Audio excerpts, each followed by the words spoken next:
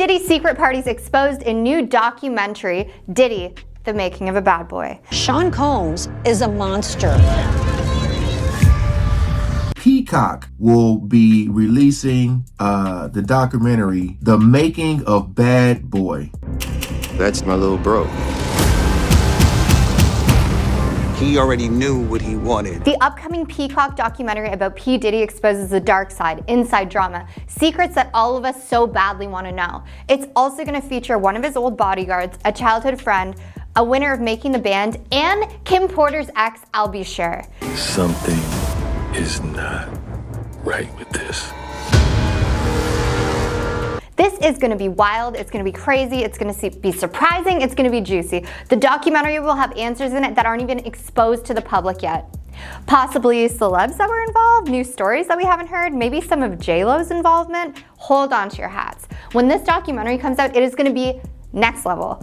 I went to a lot of puffy parties. These were the parties that you needed exclusive access. Peacock has recently released the first official trailer of their alleged inside drama and exposing the dark side of P. Diddy, who was arrested in September 2024 and has been facing the most wild charges that none of us were expecting. And as the music mogul, once known for his extravagant lifestyle and star-studded parties, rings in the new year behind bars, Peacock has released the first official trailer of their exposed documentary about Sean Combs, with his inner circle spilling all of the dark deeds that the Bad Boy Records founder did. Exclusive look at Sean Combs long before he was known as Puff or Diddy, delving into his early life, rise to fame, and the recent criminal allegations against him. Featuring never-before-seen footage and stories from those who knew him best, Diddy, the Making of the Bad Boy sheds light on his childhood, rise to fame, recent criminal allegations, challenging viewers to rethink everything they thought that they knew about the mogul behind the music and the mugshot. It will reportedly feature insights from the closest people to him, including a childhood friend, a former bodyguard, winner of Making the Band, as reported by Deadline. The 90-minute documentary will also feature Kim Porter's ex, I'll Be Sure, who is a label member of Diddy at the Uptown Record and was in a relationship with Kim Porter before she started dating Sean Combs. The upcoming Peacock documentary, Diddy, the Making of the Bad Boy, goes beyond chronicling Sean Combs' rise to fame and recent downfall, as the trailer teases an insight into the dark side of Diddy's lavish parties. The trailer of the documentary opens with a striking statement from attorney Lisa Bloom, who represents former Danity Kane senior Don Richard in her lawsuit against Combs. Sean Combs is a monster, she declares. An anonymous female figure also delivers a chilling claim. I want to speak about this now because I've witnessed everything, she says, before adding, I think Sean Combs can get away with anything. The documentary is said to include previously unseen footage of Diddy at home, in the studio, with those closest to him sharing their perspectives on the disgraced music mogul.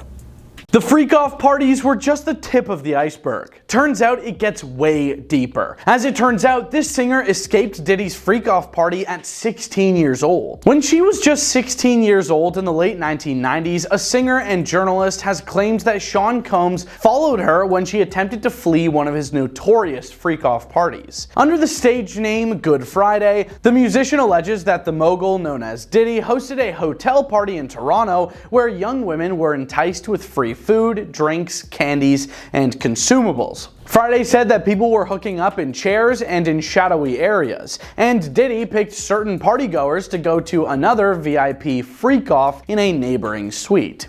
She claims that when she attempted to leave the hotel floor following the loss of her buddy, Diddy's overly protective security guard mistreated her after she feared that she would be used.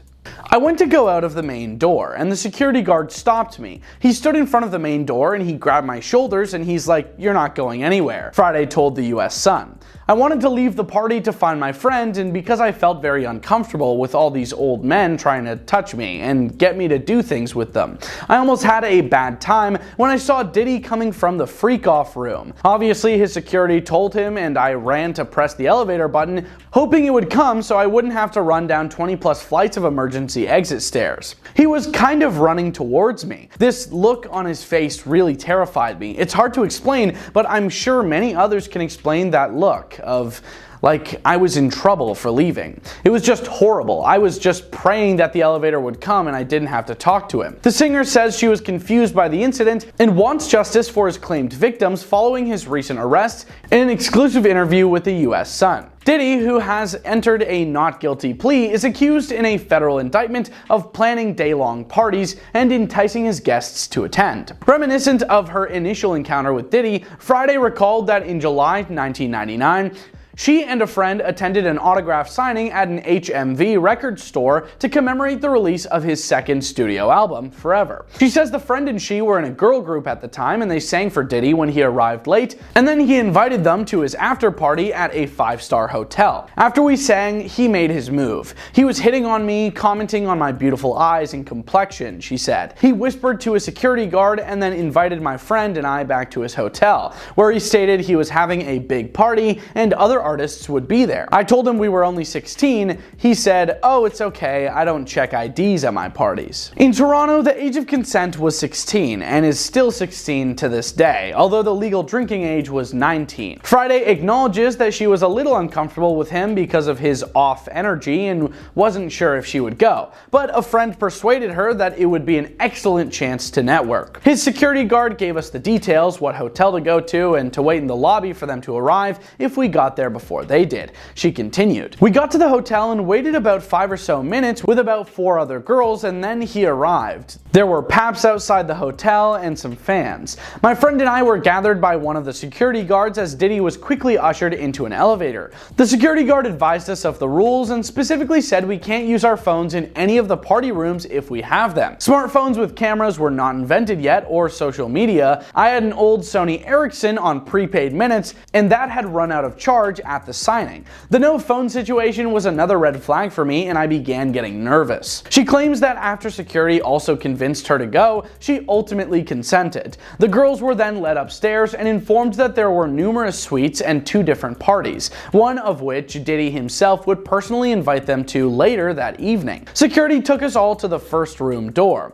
It was kind of loud and fairly dim upon entering. It also smelled sweet from a collection of women's perfume. The other girls went to work the room. They were hired models. All of this before the era of IG models, smartphones, or any social media. MySpace wasn't even invented. As it wasn't her first industry party, Friday wasn't astonished when she said there was a lot of stuff going on already in the main party area. However, she claims that she became uneasy because there were more men than women at the celebration. She said her parents thought she was safe with her buddy, even though they were aware of her frequent attendance at late night filming and project filming as she attempted to break into the profession.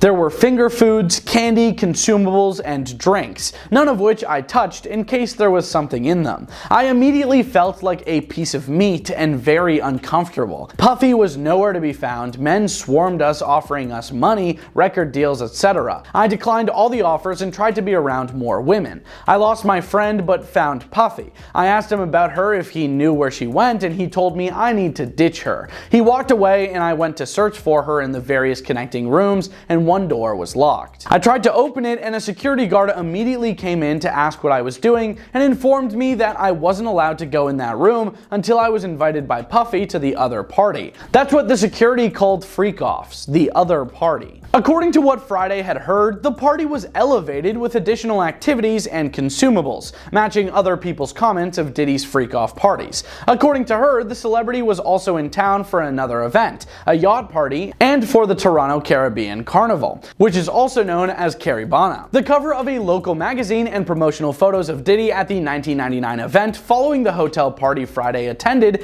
have been seen by the US Sun. Most of his staff were doing their jobs, some a little too well, she said.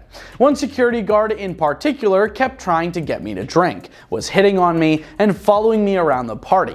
He's the one who caught me trying to open the freak-off door. He said, "You're not allowed to go in there. You didn't get invited yet. You have to wait for Puffy to ask you to come." And I'm like, why? And then he's like, it's another party, the other party. He's like, when you go, you'll find out. I cannot talk about it. I wanted to get out of there as fast as possible, but I couldn't find my friend. I wanted to go look for her after seeing I couldn't call her because my phone was out of charge. I didn't know if she was okay, if she went home, if she left me a voicemail. At that point, she alleged the security guard stopped her, barred the entrance, held her shoulders, and informed her she was not allowed to leave. And I'm like, yes I am. You're letting me go, and I'm going to go out so I can find my friend. He's like, no, you're gonna wait here until Puffy comes back, and then you'll be invited to the party. I think he thought I wanted to be invited to the party, and that's why he wasn't letting me go. I didn't want to go to the party, I just wanted to get out. I began to yell, telling him I wanted to leave the party. It sucked. The men were gross and ugly, and if he didn't stop holding me, move out of my way, and let me go, I was going to tell my dad. That's when I pulled out my phone.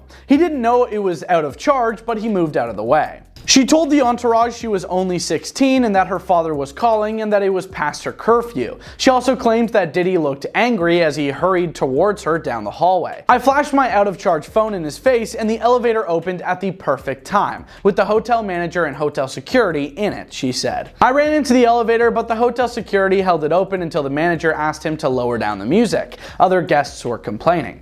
I was in the very back corner of the elevator, out of Diddy's sight. Once the elevator door closed, the manager asked me if I was okay. I was in shock and couldn't speak at the moment. When we got to the lobby, I told him I lost my friend, my phone ran out of battery, and asked him to use the front desk phone to call my messages in case my friend left a message. Friday declared that it was the last and only Diddy party she would ever attend, and she never felt the same at other VIP events she went to over the years that were thrown by other rappers. She claims she never discussed her experience with her parents or anybody else, but her buddy never revealed all that transpired when she stayed late at the party.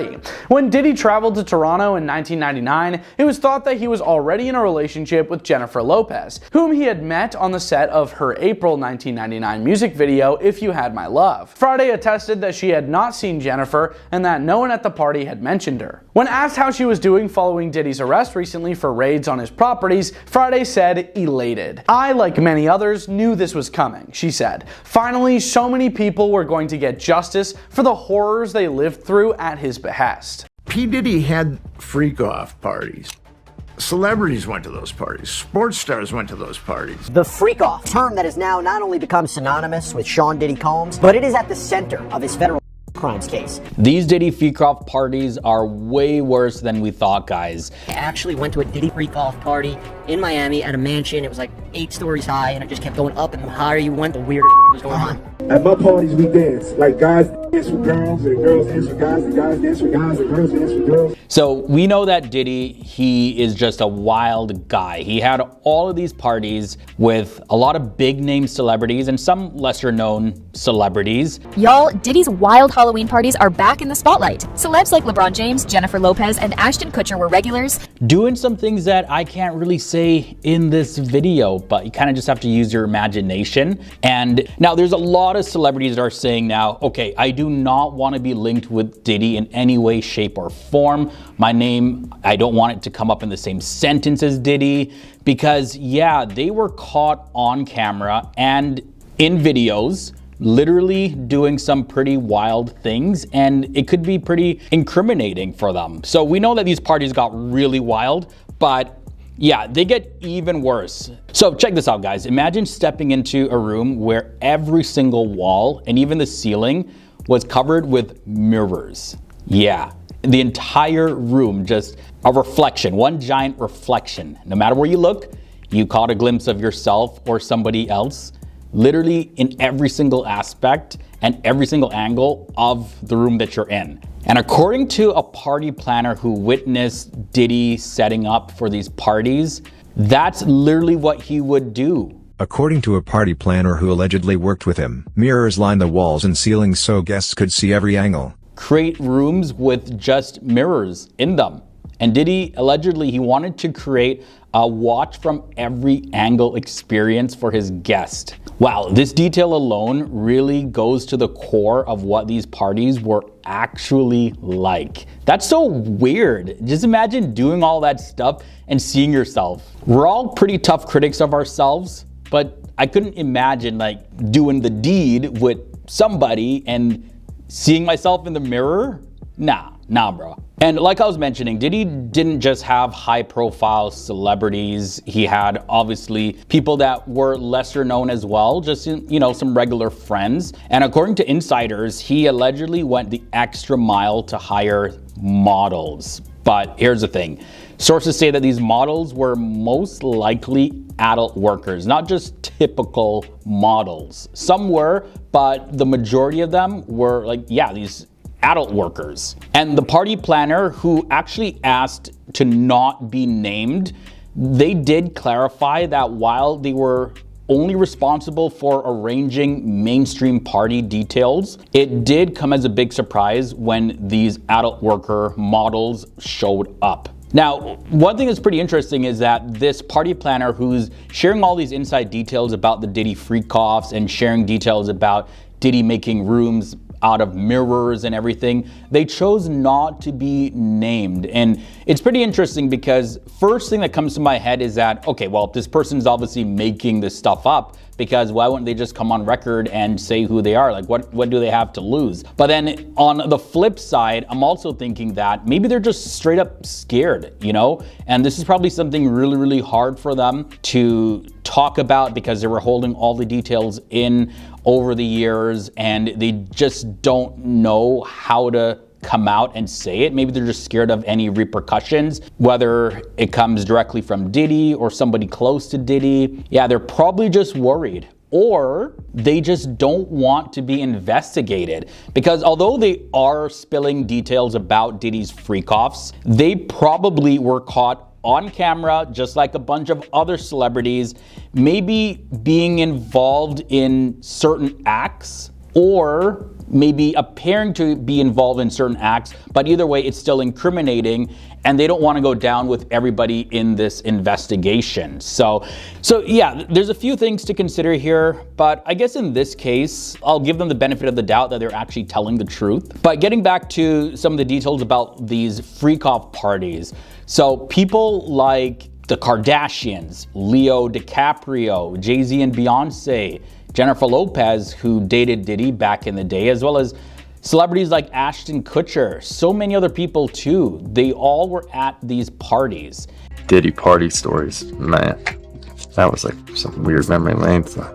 And one thing that I do gotta make clear is that not all of the parties were freak-off parties. So let me just clear that up. Not every single Diddy party was a freak-off party, but a lot of his parties had the freak-offs at the end. And this was when a lot of celebrities would leave and other people that he invited, they would go, and if they decided to stay for the after party, you know, that's when the freak-offs went down. So the parties would start off like these glamorous Hollywood star-studded events, and you know, it was like other celebrity parties. They could get a bit wild, of course. It's pretty normal. Nothing too crazy though. It just all seemed like a good party, maybe a little bit over the top, nothing that would raise any red flags.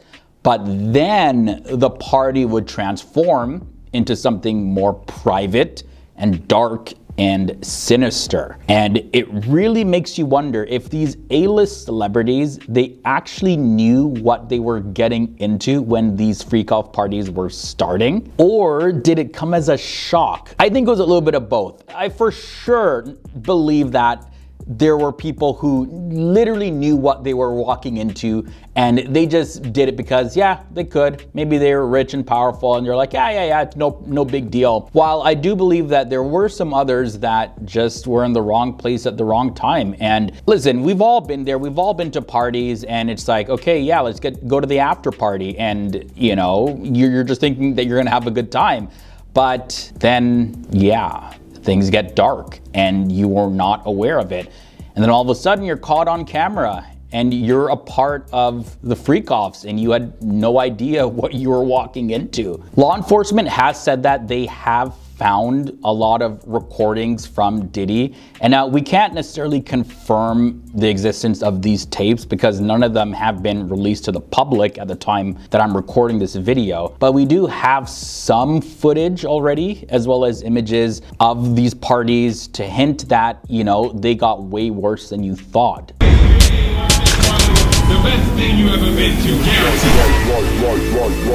Again, nothing fully blatantly out there, but the fact that Diddy could do that thing to Cassie in that hotel hallway, it leads me to believe that he did a lot of other things similar or even worse and recorded them during the freak-offs, even though we haven't seen those tapes yet. Combs assaulting then-girlfriend Cassie Ventura in a hallway. Yeah, after that Cassie tape though, man, I think Diddy is just capable of anything. And the police do say that, yes, they did find the tapes. Like, there's hours and hours of tapes. Like, Diddy did his best to record everything. So sooner or later, we will know exactly what the true nature of these parties were like, because Diddy recorded so much footage. I guess he recorded it to have something to hold over the heads of people that attended so he can control them, you know, a little bit of a power trip there, as well as in case he needed to, in terms of blackmail. If somebody was gonna out Diddy on something, he was like, hey, remember I got that tape of you doing that thing. So obviously this would mean serious trouble for any celebrity or any person involved. And sources are saying that this goes well beyond Diddy as well. So many people, even more powerful and influential than Diddy, are involved and caught on tape. And another thing is that I really don't think it's a coincidence why so many celebrities are just keeping silent about everything going on with Diddy. Like, I'm talking about celebrities that would rub shoulders with Diddy, like they were BFFs, and boom, nothing. Not one peep, not one sound, nothing is mentioned about Diddy. So there's definitely something weird, something strange going on here. Now that the horrific charges have been revealed and Diddy is in prison, many are noticing the silence of Jennifer Lopez. Like literally, even J-Lo, who dated Diddy back in the day, she has literally shut down questions relating to Diddy recently. But getting back to the parties a little bit though, these freak-offs, apparently according to this party planner, they were full-blown productions. The party planner revealed that Diddy allegedly spent close to $500,000 per party on everything from gourmet food to top-tier drinks, professional dancers, acrobats, performers, and even live animals. And by the way, this is just like the main party. We're not even getting to the freak-off. So maybe that bill was closer to $1 million. He went all out, guys, to create an unforgettable atmosphere, making it clear that Diddy's parties were on another level. Literally, to quote the words of LeBron James, ain't no party like a Diddy party. Hey, everybody know ain't no party like a Diddy party, so. Yeah, that's what's up. Yeah. The party planner did say that Diddy wanted it to be like everywhere you looked, there would be adult acts happening. So Diddy has a fascination with getting intimate and seeing other people get intimate. Yeah, so these freak-out parties, yeah, they were way worse than we thought. And I guess this explains the 1,000 bottles of baby oil and lube that were found in Diddy's home after it was raided by law enforcement. Just how wild did these parties get? Well, all the evidence is pointing to the fact that they went way overboard. It wasn't just a wild Hollywood party. Like, this was something else. This wasn't even a party. This was not a good time for many guests. I'm sure a lot of them were so uncomfortable. I'm sure a lot of people were taking advantage of and just really uncomfortable. Diddy, of course, has denied all allegations. He has pleaded not guilty and maintains that he has never engaged in anything that was specifically against the law. Did he party real hard? Yep, he'll admit that. But that's as far as it goes when it comes to Diddy. Diddy's team says that they are confident that he'll be cleared of all charges, and they say that the truth will come out. Whether or not that's true, these revelations have already cast a dark shadow over his career as well as his reputation, and it's hard to imagine how he'll bounce back from all of this, no matter what happens in the courts. So if he's found not guilty, I think he's still just done. You're not gonna believe it, guys, but there were more celebrities caught at P. Diddy's freak-off parties. There ain't no party like a Diddy party, LeBron James says. Everybody know ain't no party like a Diddy party, so. Yeah, that's what's up. And while we all thought that meant a good time you'll never forget, we're now realizing it's a nightmare many celebrities wish they never attended. Diddy's always been known for throwing parties that are the talk of the town, attracting stars from every corner of the entertainment industry. But what makes these so-called freak-off parties so special? And why are they now making headlines? Can't tell that one either. I mean, I'm like actually cycling through them. Well, it all started when a collection of photos and videos from past events began to resurface, giving fans and critics a glimpse into the wild world of Diddy's celebrations. Among the celebrities who've been spotted at these parties are some major A-listers: Leonardo DiCaprio, Jay-Z, Beyonce, and Kim Kardashian, just to name a few.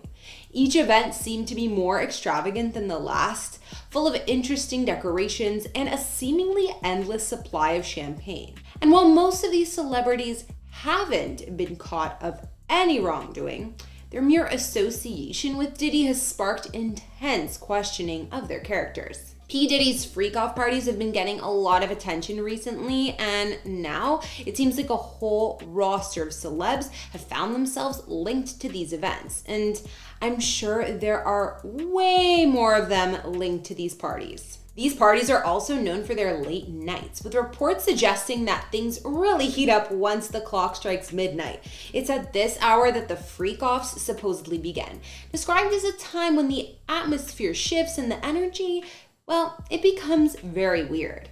These events are said to feature everything from wild dance-offs to bizarre performances, and while some may find it entertaining, others raise an eyebrow at what really goes on behind closed doors. One former party attendee said the atmosphere was always crazy and that many guests, well, they were already in a party mood when they got there. From the outside, it appeared to be a lavish celebration, but insiders have described a strange experience at these events. It's like Diddy parties had an aura of unpredictability, where anything could happen, and it often did. I think many attending expected a good time, but then encountered a time they wanted to forget. But despite the glamour, there are rumors hanging over Diddy like a dark cloud. The rapper has found himself in the spotlight for all the wrong reasons recently, facing challenges that could shake his empire. And I think it already has. As he faces backlash, the parties he once held with pride have come under some big judgment. Some wonder whether the money and fame could have covered more questionable elements that are now coming to light. During this drama, Diddy's team has made headlines claiming the case against him is a targeted aim driven by racial bias. His lawyer, Mark Agnifilo, has suggested the allegations are part of a bigger narrative that seeks to undermine the success of prominent Black figures in the entertainment industry. Whether or not this argument will resonate in court remains to be seen, but it adds another layer of drama to an already complicated situation. Does anyone really believe what this lawyer is saying? Because I'm not buying it. Meanwhile, Netflix is getting in on the action, reportedly working on a doc-series that will explore Diddy's life, including those parties. Produced by none other than 50 Cent, this docuseries aims to provide an interesting perspective on the rapper's story, while also addressing the broader implications of the situations he's currently facing. It's an ambitious project that promises to dive deep into the life of one of hip-hop's most influential figures, and how his downfall has made him one of the most disliked. As fans await its release, the anticipation is building, and many are curious to see how this will all unfold. Diddy's history of hosting A-list parties goes back decades, and while many stars have enjoyed themselves here, it raises questions about the culture of celebrity and roles that come with it. Celebs are often put on pedestals, admired and idolized, but the line between admiration and collaboration can sometimes blur. The resurfacing of these photos and videos has opened the floor for discussions about these stars in Hollywood. As the Diddy story unfolds, fans are left wondering what the future holds for him and the many celebs who attended his parties.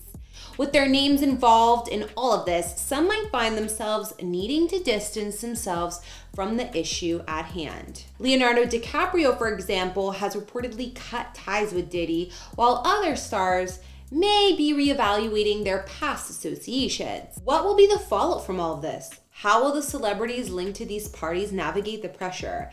And what does this mean for the future of celebrity culture? One thing's for sure, I think those who never attended are happy they escaped a close call. Diddy's parties may have been all about luxury and fun, but the questions raised remind us that even the most glamorous events can have hidden secrets.